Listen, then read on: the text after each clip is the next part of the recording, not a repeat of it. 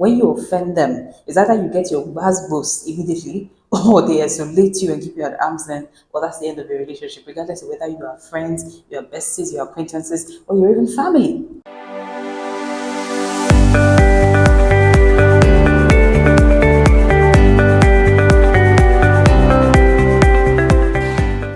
Hello, my YouTube family, my people, have you been? I've missed you. I hope you missed me too. And I hope that you're doing okay generally in everything that has to do with you. And of course, that the workplace environment is gradually becoming safe for you, or at least from all of the things we discuss here, you've drawn out a thing or two that are helping you to cope better.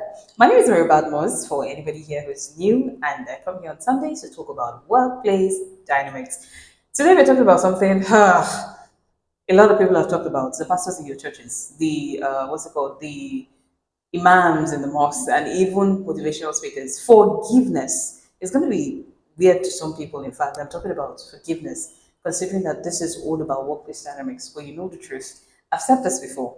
Just like every other aspect of your life and all that, you see that your workplace environment is also a social environment. So the way you treat your relationships outside of work would also determine how you're going to treat relationships right there in your workplace environment. So I'm going to be giving you a few reasons why forgiveness is important. We all know what forgiveness is. What we need to do, or what we need to know, is why forgiveness? Why do I have to forgive when I can isolate people, throw them away, thrash them, forget about them? Why do I need to forgive? Yeah.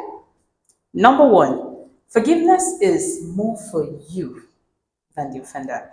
That's where a lot of people get it wrong, like a whole lot of times. It's more for you than the person that offended you. Is it that person that offended you? The truth is, no matter how long you live in this life or how much you run, karma is always going to work, especially if you never come back to retrace your footsteps or all of that. That's the truth. So leave that person alone. The forgiveness is more for you than for that your offender. That's the pure truth here.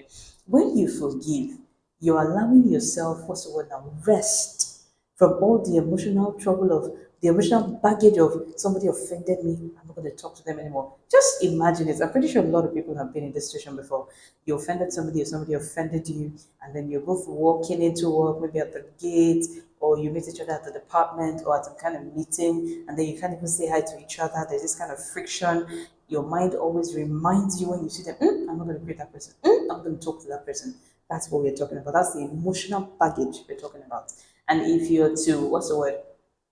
Go through that environment, if you have to go through that work environment in a way that you are still sane and sound enough to make good decisions, you have to learn how to forgive people. You have to learn how to give people a chance. Now, don't get me wrong. Forgiveness is not, what's the word, allowing people to take advantage of you again. Forgiveness is not learning, forgiveness is not refusing to learn from what has happened. That's not what I'm telling you to do. Forgiveness also doesn't mean that as it concerns the offender, you must be friends again. Don't get me wrong, that's not what I'm saying, okay? So back to the reasons now. Your number one reason is that forgiveness is more for you, for your own soundness of mind, for your own sanity, than it is for the other person. Now, number two, another thing forgiveness does for you is it helps collaboration at work. Now you're pissed at somebody, you're offended at them, you're not on talking terms, and all of a sudden your departments get merged, or maybe that person becomes your partner for a job you have to do together, or one thing or the other just brings you together. Trust me, collaboration in that situation is going to be so hard.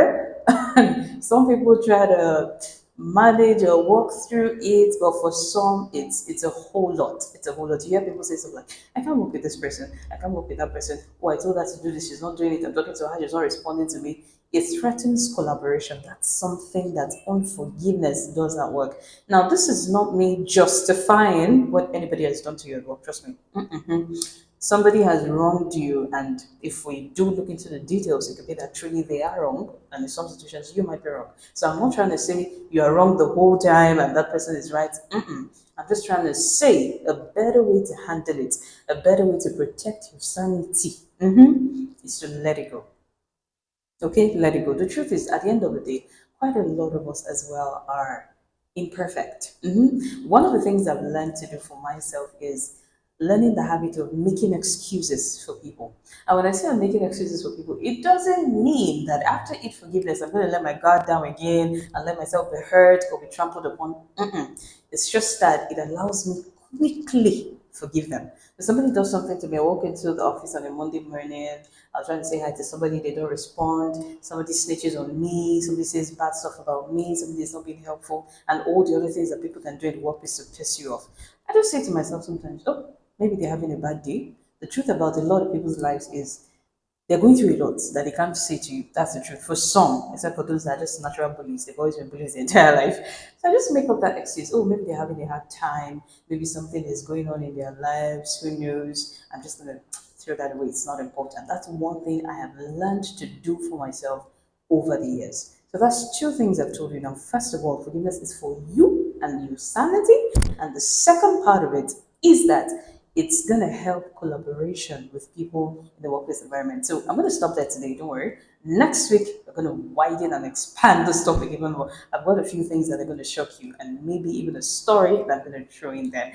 Okay, guys. So I'm going to see you again next Sunday. If you've not subscribed to my channel, you should do that right now because you're missing a whole lot that you can learn right here. So please like, share this video, and of course, subscribe to my channel. Until then, please choose forgiveness. Until then, continue to take practical steps to ensure that work is safe for you and that same workplace environment is safe for other people. We talk about workplace dynamics, what you can do when somebody does this, what you can do when somebody does this. How about when you're the problem and you're the person hurting the other person? Just try to be a good person. Try to be civil. Try to be good to people and put yourself in their shoes. Okay, guys? So until my next video, I'll see you when I see you. Bye.